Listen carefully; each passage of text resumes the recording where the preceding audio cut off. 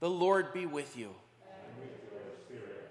A reading from the Holy Gospel according to John. Glory to you, Lord. Jesus said to his disciples, "Do not let your hearts be troubled. You have faith in God. Have faith also in me.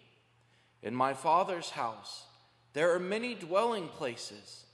If there were not, would I have told you that I am going to prepare a place for you? And if I go and prepare a place for you, I will come back again and take you to myself, so that where I am, you also may be. Where I am going, you know the way." Thomas said to him, "Master, we do not know where you are going. How can we know the way?" Jesus said to him, "I am the way, and the truth, and the life. No one comes to the Father except through me." The Gospel of the Lord. Praise to you, Lord Jesus Christ.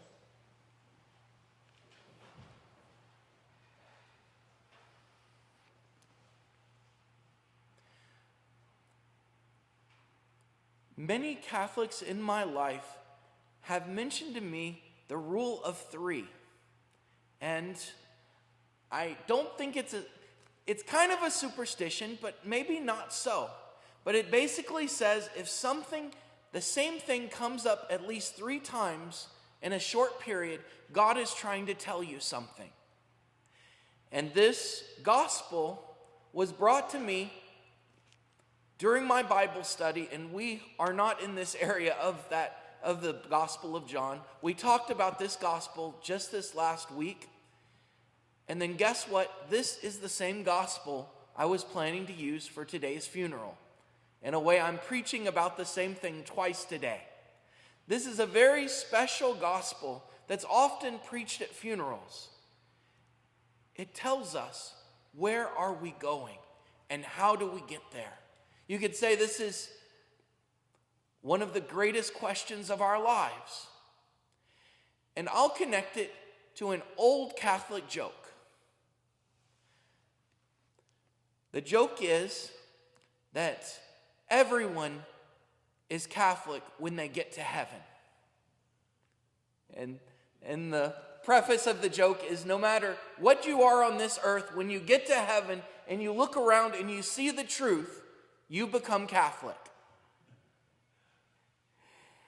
Jesus today in this gospel makes a huge claim. He says that he is the way, the only way to heaven, the only way to God. That doesn't mean that you know that he's the way when you go through him. But sometimes you get there, oh, you're Jesus. I was a Buddhist. I'm a Christian now. But the great claim of our faith is that Jesus is the one and only way to heaven. And we're not saying that non-Christians can't get there. We're just saying that the more you know Jesus, the easier it is. He says today, I am the way, the truth, and the life. Truth and life describe the way. The more you know Jesus, who is the truth, the easier the way is. The more you know Jesus, the more life you have right now, and the easier it is to get up there. It's still hard. Jesus is telling his apostles, who will all become martyrs, except possibly John, we don't know for sure, that he is going to prepare a place for them. But he's also talking to us. He wants each and every one of us to be in heaven. He wants to prepare a place for all of us. But as Catholics, I have to explain, we don't believe in predestination. Predestination is saying that God destines you, and if you're not destined for heaven, you can't do anything to get there. That's not how God operates. We believe as Catholics in pre-knowledge, that God knows the future.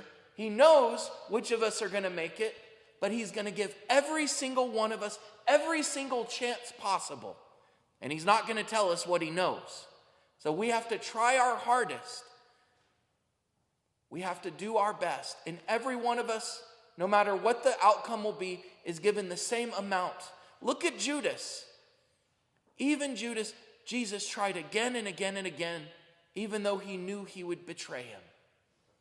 For every one of us, God gives us every opportunity, and we have to take it because we don't know. And it's in our belief that until the moment of death, nothing is for sure. You can live a perfect Christian life, and at the moment of death, you can lose faith. Or you can live a terrible life, and at the moment of death, you can gain just enough faith to squeak in, like the thief on the cross. But we can't take any chances. We have to live every day as if it is our last. Every day, using everything God gives us to be on that trail to heaven. Today in our first reading, we have another summary of the Old Testament from St. Paul. But St. Paul gets to his punchline, and I love our readings because the church gives it all to us. What Paul quotes at the end, it is written in the second Psalm, "You are my son, this day I have begotten you." That is our responsorial psalm. That's the first lines of it. And the responsorial psalm is all about God giving us Christ, giving us the King of Kings to make us a nation, one flock. And St. Paul is telling that Jewish synagogue, he came and he's with us now. And St. Paul is saying that to us too. He is with us now. He is among us. He is giving us everything he can right now to get us to heaven. But we have to accept it. And we have to walk with him.